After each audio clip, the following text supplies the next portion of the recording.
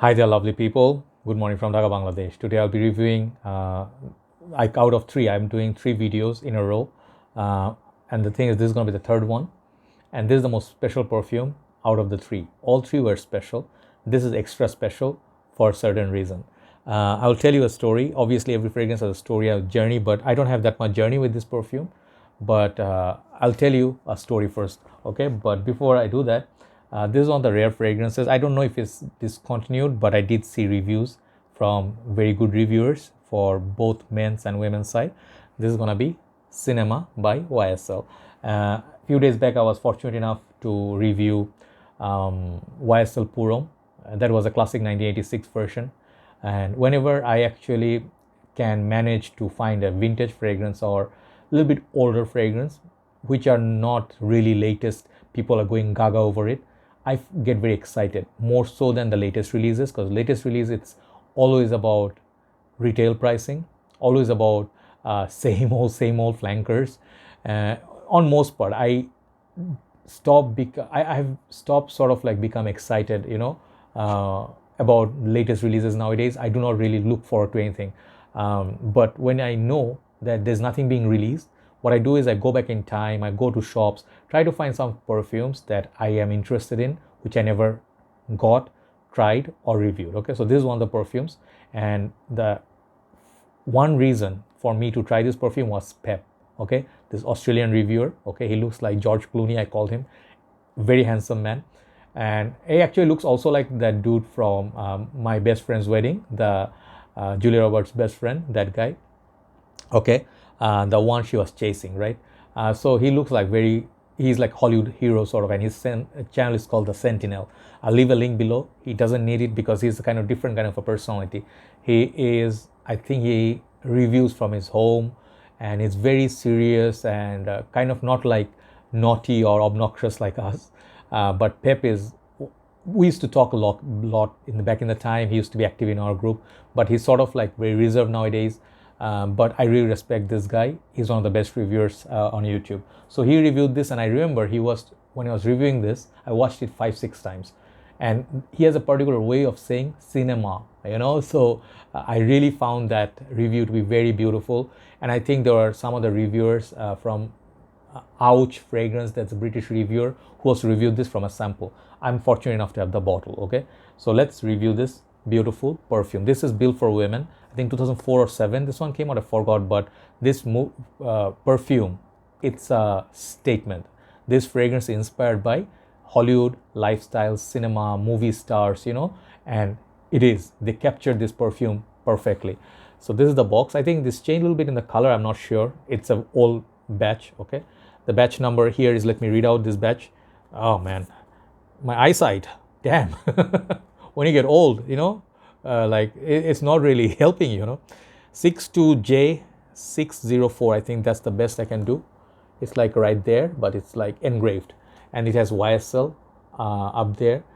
This is YSL. Basically, you guys know YSL, a lot of perfumes. Latest craze is always about YSL Y line, La Nuit de l'Homme line, and they have a few other Kuros line.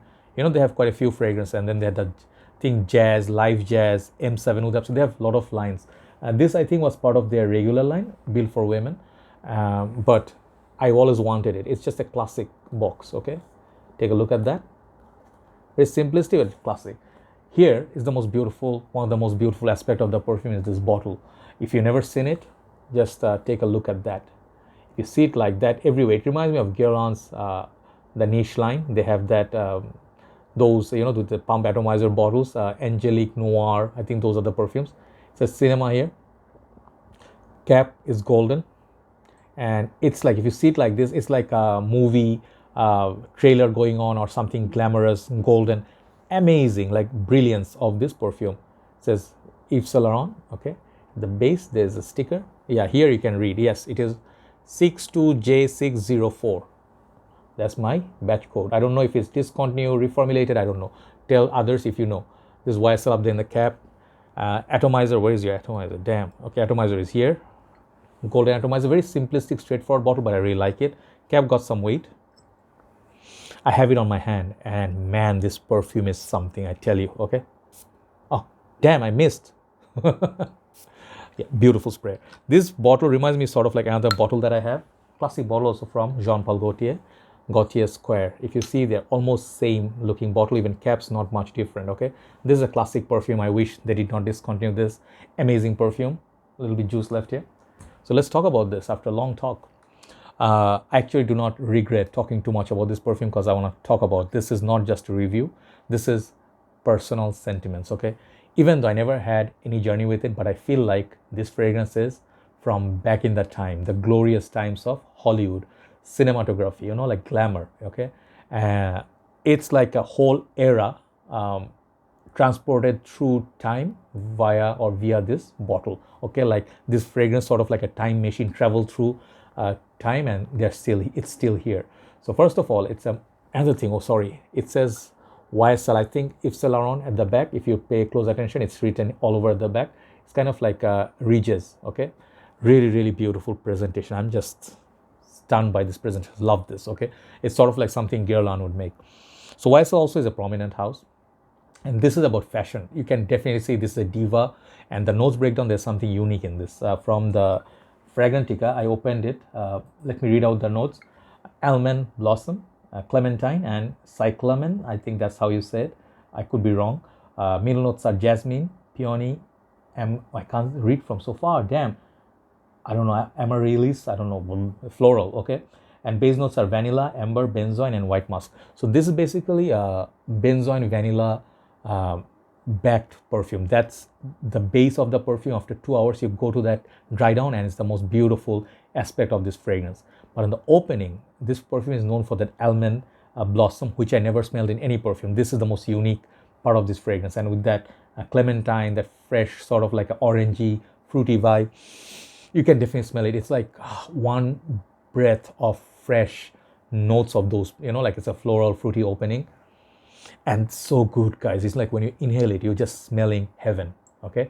Like that movie, you know, it reminds me of that movie, The Green Mile, I think. And I think the big guy was singing, I'm in heaven, you know.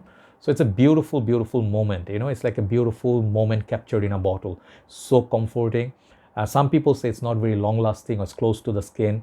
I would say I agree partially. It's extremely long lasting. It's very, very long lasting, not everlasting, but it does have very good longevity. It's kind of like a powdery on the skin, where sort of like a nice makeup box, or think of like, it smells like a beautiful lady with that blonde hair, golden hair. She has curls, okay?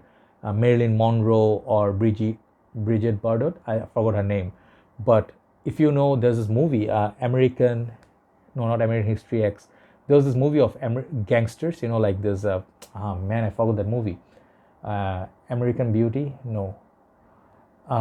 Man, Russell Crowe was in it, and then who was in? Russell Crowe was the cop, and then I think Kevin Spacey was in it. You guys know now the movie, right? I forgot the name. Should I remember the name? Hold on. Yeah, sorry about that. I need to remember the movie because I used to watch this a lot back in the days. It's LA Confidential, okay? One of my most favorite films of all time. It's sort of like corrupt cops versus, you know, like good cops, and such a action-packed film. There, I think there was this lady who was like, I forgot her name again. Wow, my name, horrible. Okay, you can see LA Confidential. She played sort of like a movie star who has been going through surgery and stuff, but they give that diva-like feel, and they are like, you know, there's this world going on in the glamour, you know, so they show that side of things, you know. So it reminds me of that movie, LA Confidential, and that glamour world.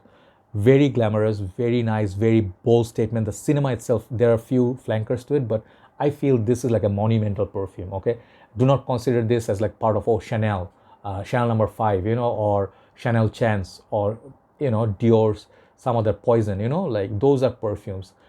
This fragrance, I would like to see it as a reference, like a book. Okay, it's definitely, when you smell it, you can see, oh man, this is something special. Got the sweetness, but not overbearing sweetness. So the florals, the vanilla, the fruits, benzoin, everything played it to be a very mature fragrance. Mature not in a sense that old, okay? Mature in a sense that this fragrance is so mature, so well done, so well written, or so well, I don't know, encrypted, not encrypted, like scripted. The writer or the author or the perfumer, they knew what they were doing, they were trying to achieve. So they sort of like achieve a masterpiece here, okay? And when you have a fragrance like that in your collection, you always feel you feel rich. You know, it doesn't matter how much you paid for it. You feel like you own a vintage perfume, which is beautiful.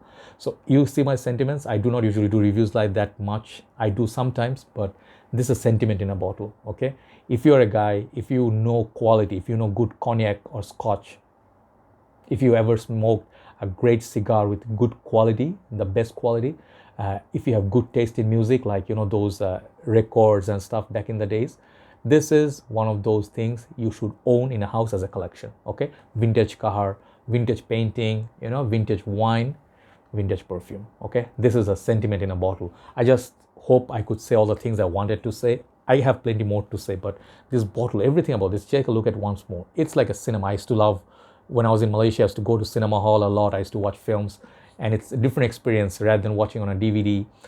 Sometimes you watch in a cinema hall. They have such nice cinema halls, like back in the days, you know, the darkness of it, a little bit of the lights that you follow in the pathway.